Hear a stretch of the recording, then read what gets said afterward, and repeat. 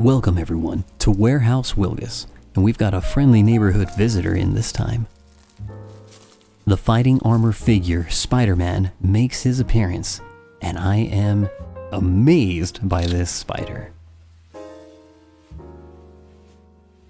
What if Tony Stark integrates each of the Avengers' superpowers into an armor? This premise in this toy line has been my go-to reasoning for picking them up, and I have not been disappointed in any of the visual, painting, or articulation from these figures.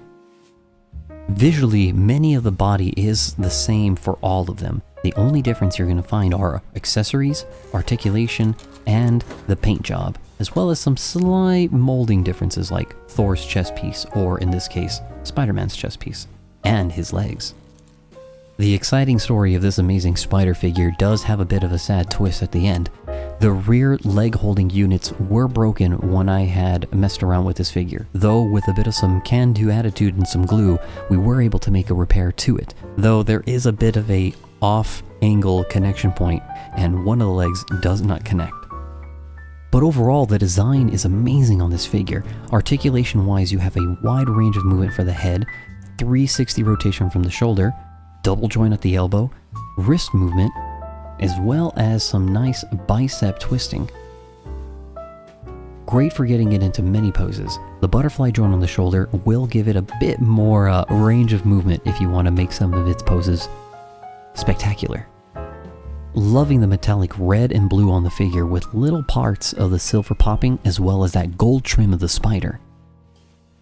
You can definitely see the inspiration of Tony Stark's Iron Man armor on this, but then splash in a little bit of some spider aesthetic and you've got a really cool looking figure. Just be careful when you're trying to pull out the leg for its extra range. You can accidentally take it off. If you were a fan of one of the figures, getting any of the other ones will not be disappointing. You'd only have to ask yourself if you're a fan of that particular character. Articulation in the knee, double joints.